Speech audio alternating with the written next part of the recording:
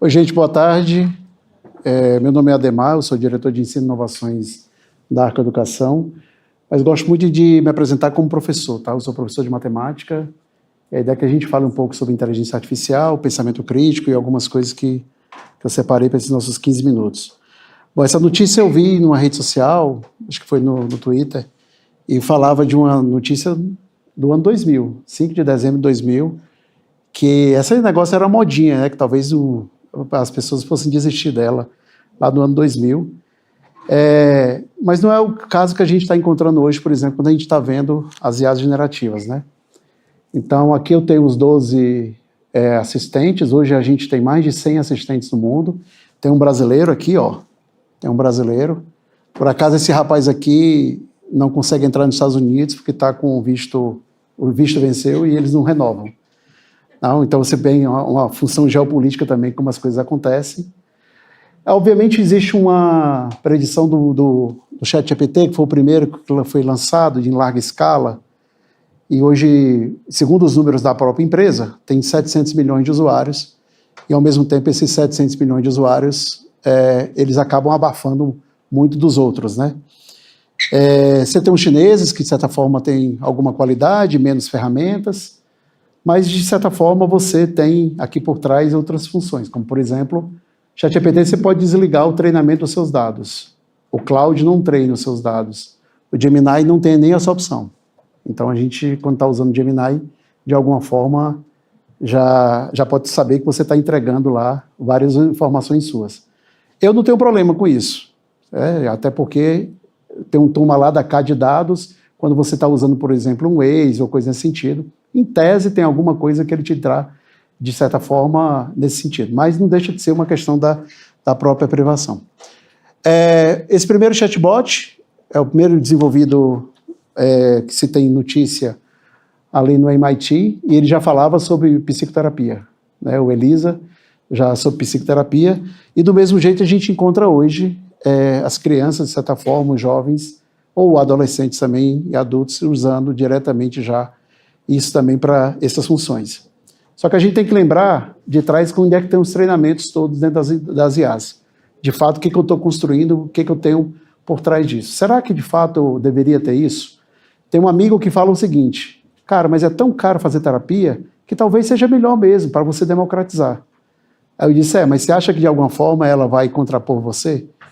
A mesma função que a gente tem nas redes sociais. A rede social, de alguma forma, deixa que a gente esteja na mesma bolha, com os mesmos pensamentos, com as mesmas pessoas. Então, a IA, até porque as empresas são as mesmas, ela tem a mesma conjuntura. Ela, em geral, ela não te confronta. Em geral, ela não te desagrada nesses patamares. E esses modelos de linguagem. Me ajuda aí. Hoje, no café da manhã, o que eu comi? Pão. Tá? Então, 90% respondem pão. Então, tenho lá como uma probabilidade interessante. Mas eu poderia também dizer que eu tenho ovo, tá? Só que alguém vai dizer assim, eu comi churrasco, mamão, poderia ser. Ou um churrasco, tá? Não. Então, antes de tudo, o que a gente está pensando, que a gente não pode deixar de lembrar, é que por trás desse treinamento todo, as IAs, ela tem um conceito matemático. Tá? Ela tem um treinamento matemático por trás. Então, é como se eu tivesse muita informação, porque eles escanearam o mundo, mas eles não têm conhecimento. Quem traz conhecimento e quem dá esse conhecimento acaba sendo o próprio homem. Então, é isso que, de certa forma, são criadas essas funções todas quando a gente está lá. Esse livro aqui do Etamulik, do Cointeligência, ele traz um exemplo muito bacana, tá? Eu tenho aqui o jogo da velha, e eu tenho o jogo da velha descrito numa frase. Sei que vocês acham que é a opção A ou a opção B que o computador mais poderia dizer qual era o ponto seguinte. Então, o que é que se traz? Como é que eu tenho uma probabilidade que não é constante, eu não sei de fato o que vai acontecer na próxima, o computador tem mais dificuldade hoje de responder essa, mas ele tem mais facilidade de criar essa, que em tese é muito mais complexa. Por quê? Porque eu tenho um comando e eu tenho toda uma predição de como é que eu vou fazer a função. Porque eu tenho uma probabilidade que, de certa forma, está sendo diferenciada nesse outro patamar.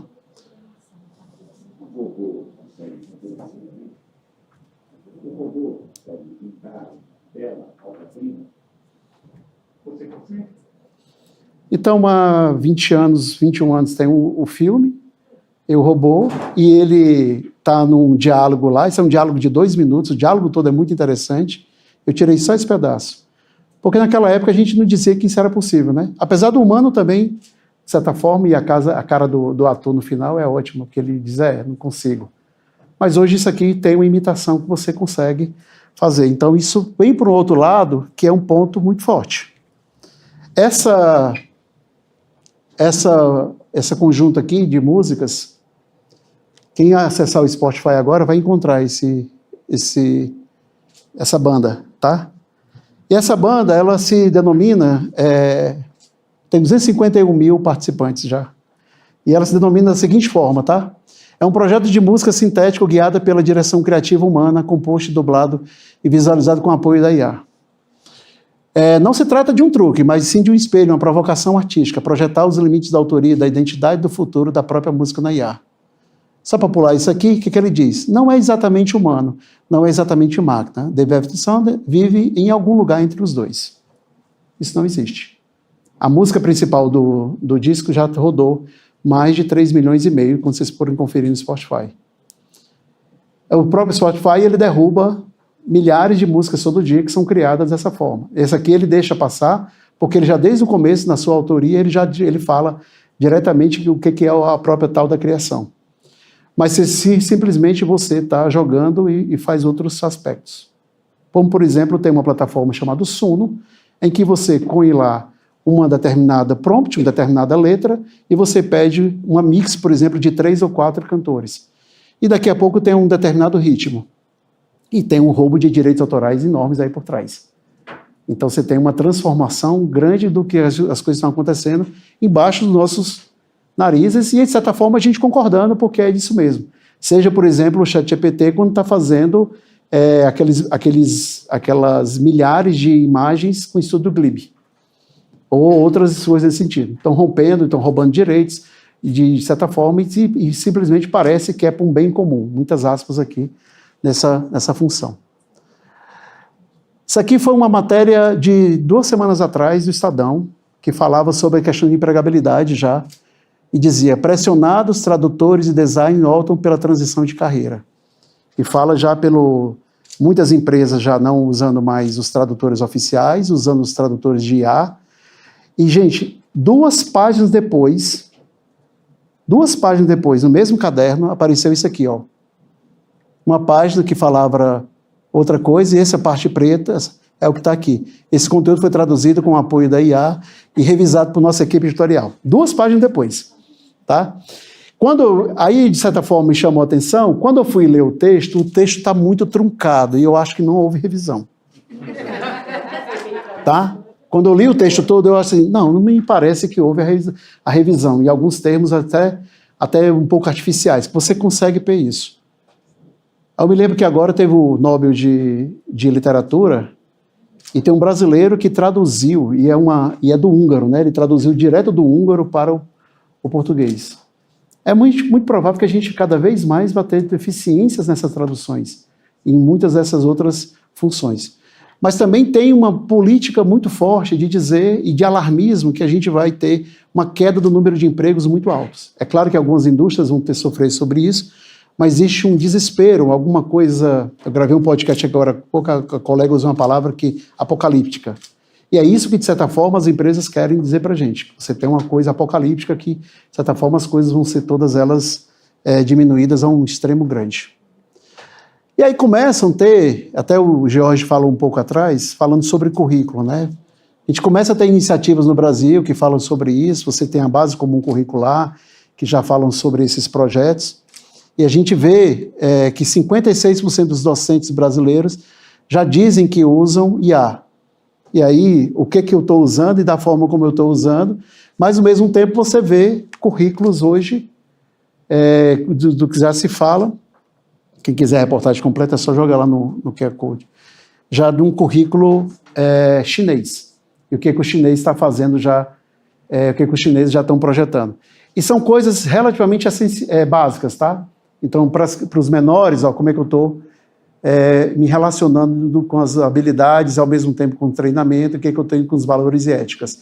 Isso já com toda a função que começou agora em setembro no currículo deles. É claro que o regime ao qual a China tem, ela, de certa forma, facilita, né? Ou seja, vai ser assim e a gente vai colocar e acabou-se. Isso, num país democrático, isso é mais difícil, porque você tem que trazer toda uma discussão, todo um processo. Isso não é simples de introdução, por exemplo, no Brasil, e até de você conseguir saber o que de fato é importante ou não nessa conjuntura. Mas a gente tem uma sinalização da OCDE que em 2029 o PISA vai começar a cobrar essas ferramentas diretas, tá, de letramento, de literacia aqui, falando diretamente sobre essas funções todas. E o próprio movimento do que a gente fala hoje, dessa importância, ainda está tudo em patamares ainda crus, tá? Quando você vai buscar informação, a página do PISA só tem essa página, só tem essa função. Mas quando você pesquisa um pouquinho mais, você encontra em que eles estão com esse documento aqui como grande guia no começo, tá? Esse documento que tem como grande guia, e ele tem hoje designado nesse documento, que é um documento europeu, aí você já começa a dizer, opa, será que tem algum patamar do que eles estão enviesando, até isso você tem que pensar, mas você começa a ver, por exemplo, quais são os 4 domínios que eles querem medir, tá? O que esse documento traz é que eles querem medir esses 4 domínios. Interagir com IA, criar com uma IA, gerenciar e projetar com uma IA. E dentro dele eu tenho as habilidades todas e como é que eu vou funcionar. Seja, por exemplo, o criar com o IA, seja a produção de conteúdos, seja, por exemplo, interagir com o IA, como é que funciona e como é que isso afeta o papel individual da sociedade. Seja em gerenciamento, com pensamento crítico, comunicação e compreender os riscos das decisões tomadas e como é que eu lido com tudo isso. E de criatividade e resolução de problemas. Entender como é que esse processo de construção de IA estão desde os níveis introdutórios. Então você começa a ter o direcionamento de onde é que eles estão querendo fazer. Então, por exemplo, para onde é que a gente deveria começar nas nossas escolas? Talvez olhando esses 4 níveis hoje. Tá? Nesses 4 pilares, esses 4 patamares, onde você tem interagir, criar, gerenciar e projetar. Quem jogar nesse QR Code vai encontrar o documento completo. O documento não tem só isso, tá? Mas, de certa forma, tem um documento largo que essa seria talvez a principal função do que o PISA está querendo fazer em 2029. Aqui é uma outra pesquisa que também está nesse material, que fala sobre sociedades europeias, né? Hoje, o que os jovens de 12 a 17 anos responderam? Que 74% deles acreditam que a IA vai ter um papel significativo na sua vida profissional. E que 49% deles se preocupam com lacunas de sucesso acadêmico entre eles possam trabalhar. Da outra forma, são de fato o que seus professores estão adaptados e suas escolas nesse sentido. Tá? E a gente vê muito falando sobre inteligência artificial e apareceu um estudo muito forte do MIT no ano passado, falando de certa forma que níveis de aprendizado, que a gente não tinha graus disso, eles colocaram 3 sociedades para fazerem, uma com Google, outra com livros e outra usando IA generativas. Eles conseguiram provar que quem usou IA generativas tinha um maior declínio cognitivo, que não conseguiam lembrar as coisas. Mas, de alguma maneira, isso aqui já é real. Ó. A gente tem uma explosão hoje de conteúdos gerados por inteligência artificial em diversas indústrias e, de certa forma, isso já passa a capacidade humana. Nesse mesmo ideia, a gente traz sempre que escrever é pensar.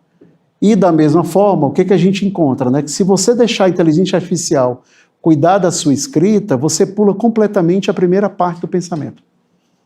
Né? Você vai terceirizar essa primeira parte do pensamento. Da mesma forma, se você quiser manter seu trabalho, pense primeiro, escreva primeiro, encontre-se primeiro. Por quê? Porque você, de alguma forma, se você acaba não encontrando um patamar sobre isso, você acaba terceirizando o seu pensamento, você acaba colocando, de certa forma, algumas funções. E como o cérebro ela tem uma função, por exemplo, de aprender a praticidade e tudo mais, um amigo fala uma coisa que é assim: se você está dirigindo pela primeira vez, você vai aprender a dirigir, você olha para as marchas, você fica tentando, depois o cérebro automatiza aquela passagem toda, né? Isso, de certa forma, se você jogar a primeira informação lá dentro, de alguma forma você vai automatizar seu pensamento, você vai deixar de pensar. Isso aqui é o perigoso para a função toda. Deus, qual é o sentido da vida? Não entendi. Tem que melhorar esse prompt. A gente fala cada vez mais que a educação brasileira, ou a educação, a gente acabou ensinando, de certa forma, os alunos a responderem a perguntas. E cada vez mais a função vai ser de eles fazerem boas perguntas, né? Esse é o papel cada vez mais que a gente vai ter. Então, assim, no conceito de sala de aula, os professores, claro que são grandes guias, eu trago, por exemplo, quais são as 5 perguntas que os professores deveriam, de certa forma, fazer nos seus próprios conteúdos, para que eles endereçassem, inclusive, essas grandes construções, que fossem perguntas facilitadoras, procedimentais, perguntas de exploração, construtivas e perguntas de revisão, para que você, de certa forma, consiga fazer com que essas crianças também façam esse patamar, que sejam patamares que consigam criar essas perguntas todas para todos nós. Eu fiz essa pequena apresentação com a ajuda desses 3 livros, tá? Esse aqui do Etamolik, esse aqui fala muito sobre o que a gente tem por trás da inteligência artificial, que é a questão do uso da matemática, tá? E esse livro é um livro que eu acho que o autor aproveitou o momento, mas o livro é muito gostoso, fala sobre clichês, a forma de escrever, mas ele aproveitou o momento de lançamento do livro e acabou amarrando um pouco com inteligência artificial, como dar a vida à sua escrita em tempos de robôs. Bom, era isso que eu tinha para você, gente. Muito obrigado.